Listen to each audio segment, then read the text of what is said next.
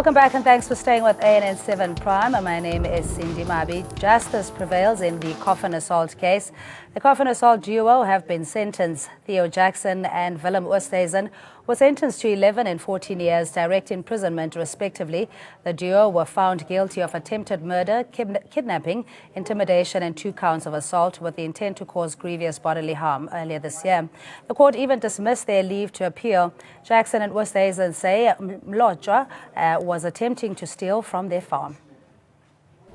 Accused number 1, you are hereby sentenced to 16 years imprisonment, 5 years of which is suspended for a period of 8 years on condition that you are not found guilty of any offences, of the offences you convicted of during the period of suspension. You are effectively sentenced to 11 years direct imprisonment. Accused number 2, you are hereby sentenced to 19 years imprisonment, 5 years of which is suspended for a period of 8 years on condition that you are not found guilty of any offences you convicted of during the period of suspension. You are effectively sentenced to 14 years direct imprisonment. Accordingly, your bail is hereby revoked. Celebrations erupted outside the courtroom following the verdict. Rights groups and family members of Victor Mlotshwa were calling for a harsher sentence. I'm feeling quite better right now since the judgment has been, the sentence has been, the people have been sentenced.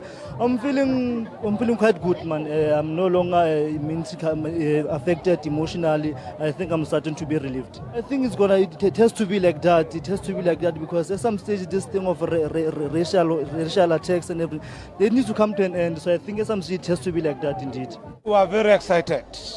25 years is a good period. Our intention is not to kill those 2 people. It's for them to learn the lesson. So tomorrow they can come back and explain to other people how is the nation must be together and what is a racism and what is something that is wrong, you shall be penalized. So we're quite happy as the ANC. I think more people would now come forward to it. And if also can see the mere fact that a fine wasn't given, a imprisonment, it shows the seriousness of how wrong this is. So it's not just because you have a lot of money you can pay this one off. No, it's because of the serious. You can go to prison just by scaring somebody. And also it comes down to what I'm saying, education. As much as they did find out that the black people don't like being put in the coffin because of culture, it is also that it needs to be taught. Our cultures are very important and they differ. We need to understand each other from that point of view. Judge may be correct, but we also need to go to the communities of the farm workers because they are more afraid to come out or what is happening, because we understand racism is not only Victor being put in the coffin. There are other forms of racism across the country. So we really need not only political parties, but we need community leaders to address this matter because farm workers are just an example of what might be happening across the country. You've got racism in schools, you've got racism at workplaces, including the municipalities themselves. We are not hating on white per se, but we are saying no to racism. It is high time that we address the matter fully, not only with court cases and everything, but there are laws that must be amended whereby we know that racism, they can't just get a slap in the wrist because that is what they got, but it's better than nothing anyway. Joining us in studio, Mosiri Tsiane is South African Liberty Foundation chairperson, and we have Kenneth Mokhatle, PAC spokesperson, and Advocate Maile Ngake, Transform RSA attorney. Good evening to you, gentlemen, and thanks so much for joining us. A big relief, of course, for the Mlotshwa family, long overdue, and a lot resting on the access to social media, because this is probably one of the cases that would have not had the attention that it deserves. Nonetheless, your reaction, of course, is in terms of the sentencing. Do you think it's adequate? Well, it's long overdue. For once, black life is being recognized as a life. Many a times we've had various judgments that have been passed that have equated black life to a monkey, let alone that we will even go as far to protect wildlife. But our lives in South Africa, our court has been ignorance of such lives, and in most instances we've been viewed as subhumans. But for once, and it's so miraculous that it coincided with the birthday of Oliver Tambo. The two happened to coincide. And on his day, I think wherever he is being rewarded by this judgment, to say that South Africans, at finally, the black lives are being taken into an account. this judgment seems to reflect many of the things that are gone wrong in our community, particularly our history. One can never ignore the effect and the impact that apartheid has been having, even within our justice systems. That you would have judges in most instances, magistrates in most instances, that they would have had so much leniency when sentences to be given, more especially when there's been an aggrievances towards a black person. In this instance, justice has been served, and not only would it serve here, but it serve all across all our boundaries, particularly in the farm. Farm workers have dignity. With those that are the farm owners, wherever they are, particularly our white farmers, now know that you have to respect each and every life out there. All right, we'll test that with our viewers on 011-542-2186. Is this a deterrent enough for any other races lurking in our midst? That this is not what the country stands for. It's unpalatable, it is not welcome, and that we all have the equal right, at least a basic human right of dignity. Advocate Ngaka, in your view, is this sending a strong enough message? Good evening, Sandy. Indeed, this is one of the cases that the country has been waiting for, and I'm appreciative of the fact that it's now coming at the right time, wherein the intrusion into private life in the interest of judges coming afore, and it's a great call for South Africans to make sure that they should have trust in the judiciary, and under the circumstances, a great challenge that in cases where there is a need for justice to be served, it has been indeed served. And in these instances, Judge Mphahlele have done the best for the society. All right, we'll take our first caller, Felix in Mpumalanga. Good evening to you and thanks for joining us. Mbombela, what is your view or comment? Yes, good evening. Thank you so much for taking my call. Actually, this justice has been served, and I believe that these people have been convicted and sentenced for their crime, which is assault and attempted murder. But we must understand, there is no crime like racism. There's just no crime like that. If I am white or I'm black and I hate you as white or black, there's no crime like that. I have a right not to like you anyway. But I'm not going to use that fact to now assault you or attempt to kill you. And that is where the crime is. There is no crime like racism in our law. And what they convicted them for assault and attempted murder. All right, but Felix, how then do we deal with the scourge of racism, and on either side, as you're rightfully saying? Yes, but notwithstanding the past, where we come from, where people were victimized, brutalized, treated in the most inhumane manner, made to feel like second-grade citizens in their own land. And we see these kind of images popping up all over the place. So at some point, I think racism, if it's not dealt with legally. Yes, I think what we must do aggressively is to educate each other. Is to really educate each other on our oneness, the fact that we are one. We have to educate each other on that. There's no way we can criminalize it. I may not like you. For what reason? I must explain to you why I don't like you. And you must be able to educate me why we are one, and we must be able to work together as one. Eventually, we can only defeat racism through education, not through punishment. Punishment is not going to do anything. We're just going to fight each other until we kill each other for nothing. Felix, thank you so much. Let's test that with our legal minds, in that if racism were to be criminalized, it would take us back and erode what we've achieved through social cohesion and reconciliation. Listen, we're trying hard to reconcile with one another in more ways than one.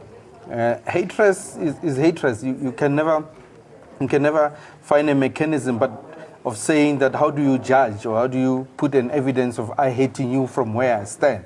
It is the actions themselves that predetermine what your thoughts are in any event. I think if I were to action my thoughts, it is the action in itself that finds its judgment.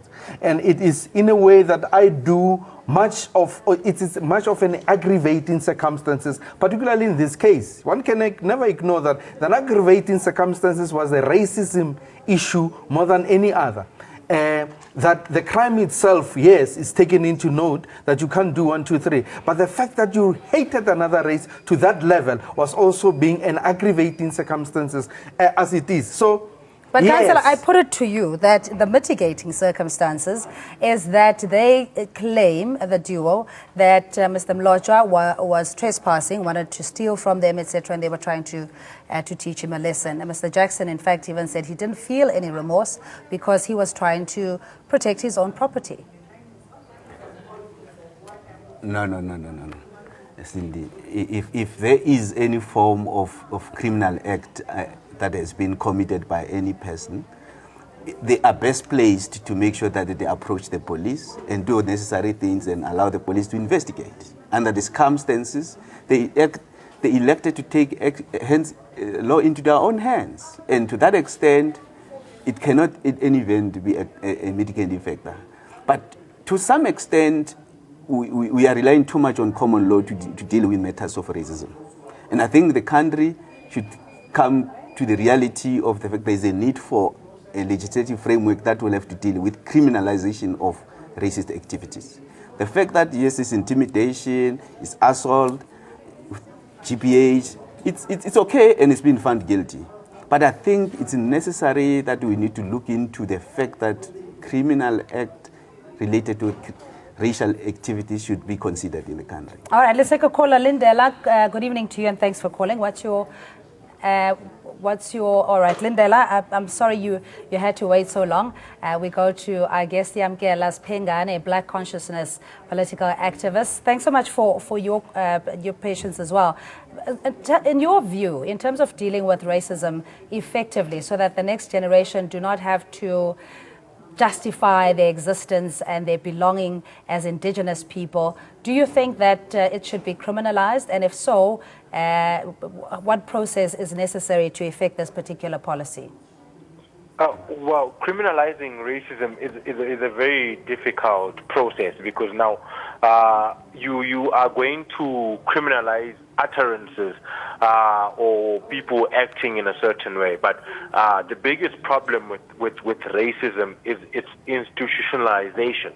Now you have where in business, in economic power, in how we operate on a daily basis, how people view themselves in terms of simple things like standards of beauty, where people of non-white races want to look in a certain way that is acceptable to European or Western standards of beauty.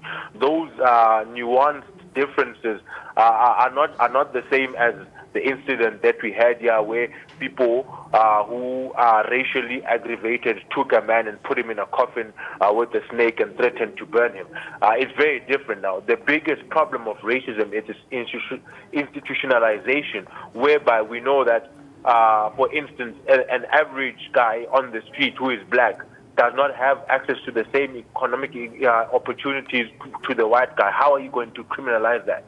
And it becomes an issue of what exactly is racism in its totality, and how do we interrogate dealing with racism as not as a symptom but as a core problem in our society. And you make a very valid point that it is so well entrenched and ingrained in our psyche and our history that if you were to tackle every incident criminally, and the offending party not understanding that it is actually an act against humanity, if you want to call it that, how is this going to be dealt with? Because it might just be bigotry, it might be the fact that I don't like you, or I'm expressing my own prejudice, but not necessarily that I'm racist.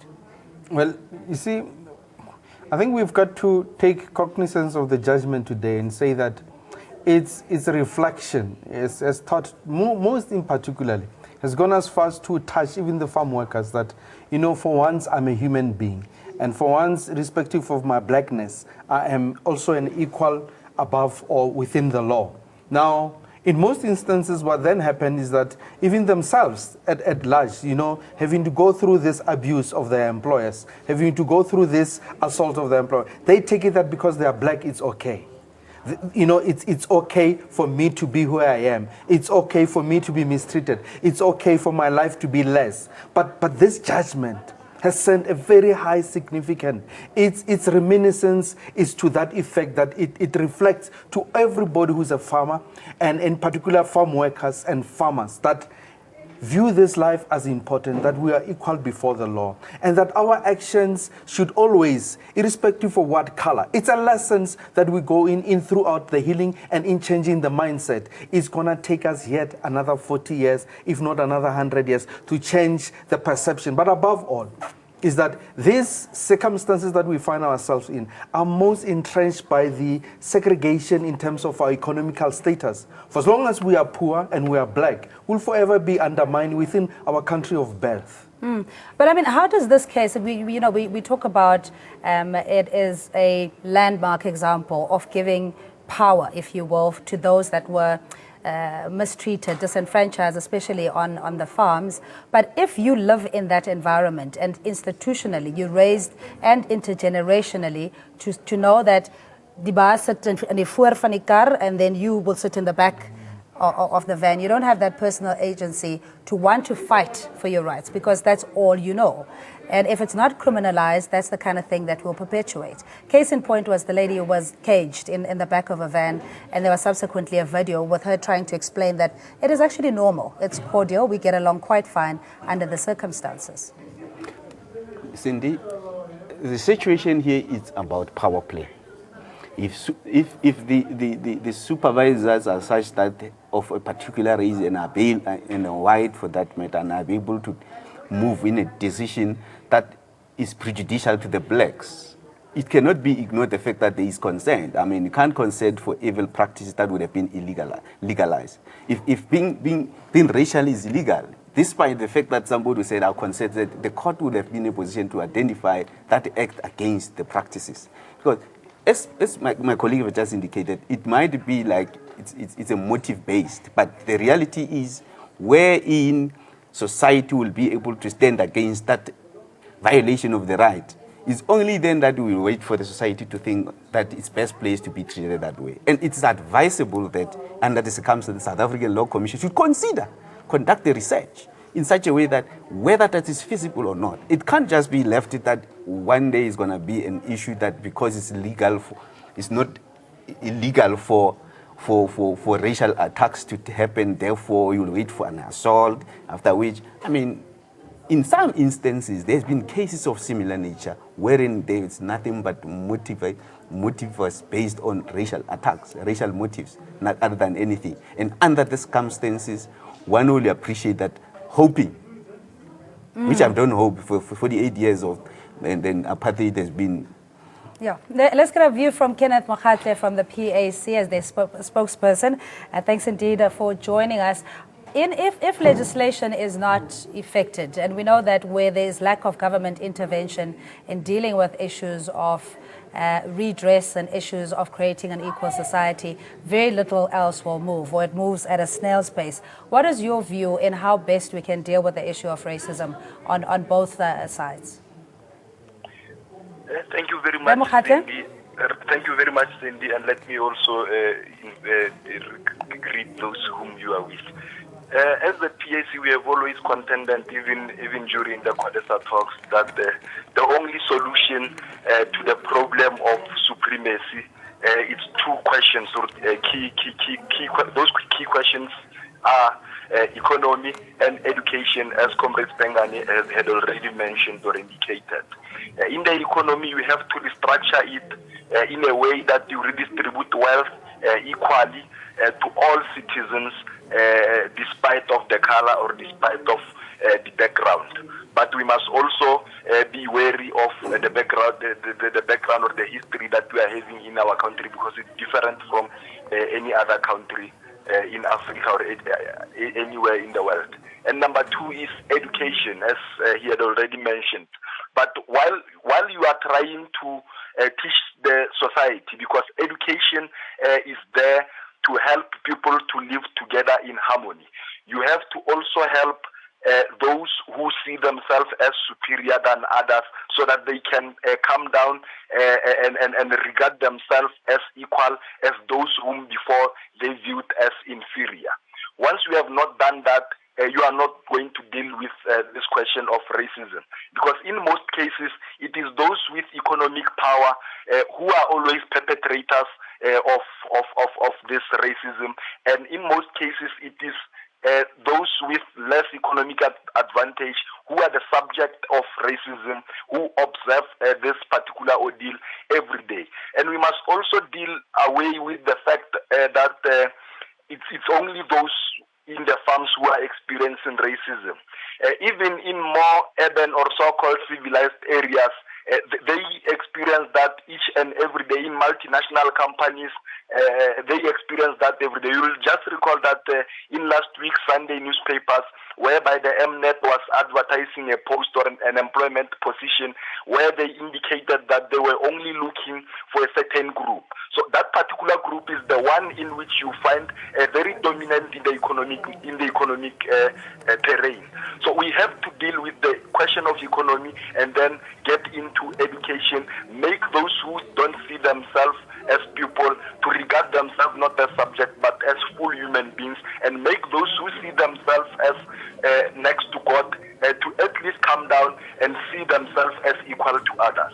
All right, Yamkela, just your view as well in dealing effectively for good with racism. The issue of economics, if you talk about transformation, we've seen resistance since the dawn of democracy around policies of employment equity, affirmative action, BE, etc. And then there's the racial denialism in the fact that the black majority are still disenfranchised, and there's white privilege institutionalized in corporate SA, etc. And institutions like the Human Rights Commission and the Ethics Commission, etc., not necessarily being as effective in uprooting and dealing with racism. Well, it just shows how entrenched that we are saying that racism is, and how it manages to control the very depth of our economic prowess as a country, and everything that happens at a certain level. Now, without any economic liberation, you are unable to then deal with racism effectively, because now you have one race that is always subservient to another where economics are concerned. And now economics determine an entire person's dispensation, where you live, where you get, or if you can get an education, your quality of life, your life expectancy, your access to healthcare, and access to just so many things. So where you are economically is determined by other people who are of a certain race. And now racism enables that a certain race can determine the life dispensation of other races and make sure that they are always subservient to the other. And to dismantle racism, it's only when we start to say that there must be economic transformation to make sure that there's an equal footing whereby all races have similar access to education, have similar access to healthcare, have similar life expectancy, have similar places where they live. Because now, how do you reconcile the disparities between Alexandra and Sandton without making sure that the people in Alexandra have the same economic abilities and economic access as the people across the street in Sandton, who will be predominantly of a different race from them, and that cannot restore their human dignity until they are economically enabled to match themselves up to the people across the street in Sandton. And that is the only way that racism will ever be effectively dealt with. Otherwise, we'll always have a case where people of another race will always see themselves as better than those of a race that is economically disenfranchised. All right, Yamkela, thanks so much. That's Yamkela Spengane, Black Consciousness political activist, joining us on the line. And just very briefly, let's just go quickly to the PAC, Kenneth Mokhatle. The economics, of course, is going to take a while. As we see, the machinery there is moving slowly because the capital still largely sits in white hands. So just in terms of this case alone, the message that it is sending to those in far-flung places that are overtly exposed to racism. Historic judgment, but it should also send a very strong message to those with political authority. I'm speaking about the politicians or the lawmakers, to at least look into the possibility of trying to get the marginalized into the economy, to also be the players in that particular terrain. Because without them doing that, then they are not going to deal with this particular quagmire that we are facing today. It is only them who can do that, and the PAC cannot do anything outside that because they are the one who are holding the political authority to do that, to change the laws, just like Comrade Zwane was doing in regard to mineral resource, ensuring that also the marginalized, particularly African people, also get to be the managers or the part of the owners in that important section of the economy. So without us participating in the economy of our own country, we will always be oppressed, and we will always see ourselves as subject, because we depend into these people who are perpetuating racism every day. So we cannot report this particular treatment that we are getting every day in workplaces. Yeah. Kenneth, I'm going to have to leave it there with you. Kenneth Mokhatle, PAC spokesperson, and just wrapping up in the sense of if the economy or access thereof is the magic wand that will deal with all the social ills that we have, the separation or spatial separation in terms of access to opportunities, is that the only way, or is there a myriad of other dialogues and formats that we can use to deal with racism?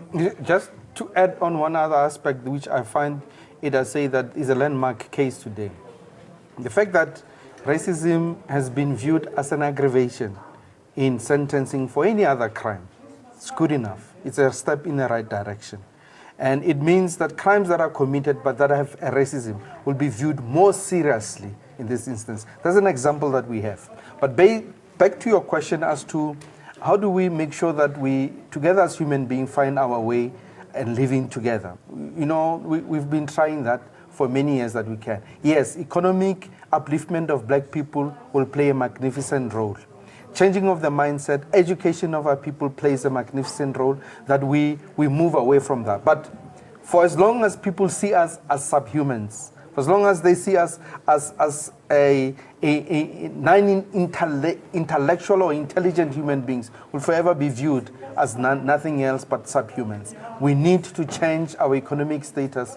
And thus, one would say that you can never divorce this other topic to the 2017 election of the ANC and say, how do you separate leaders? The one that seems to be speaking to the radical economic transformation seems to make more sense than any other who would want to talk about any other thing except to speak about changing the lives of our people, making sure that there is radical economic transformation. And very briefly, Advocate. Yeah, no, in as much as the economical transformation is a pivotal role to advance the interest of blacks, but really awareness is by institutions that are being given responsibility to make sure that indeed this colleague, everybody is aware about racism. But the problem with that is that mostly awareness is given to blacks. You make people aware that blacks should know that it's racist, they should handle it this way, but hardly I hear activities the way whites themselves go out to tell their own whites to say, hey, it's been racist in this behavior. This behavior has been racist, and therefore refrain from doing it. It's hardly being heard in the country. Yeah, no, it seems like reconciliation, and we've heard that argument before, that it is the privy of black people. But let's continue the debate on social media. 100 years OR Tambo would have been today, and these are the issues that we're still grappling with. South African indictment really on all of us. Do take a break. We'll see you on the other side.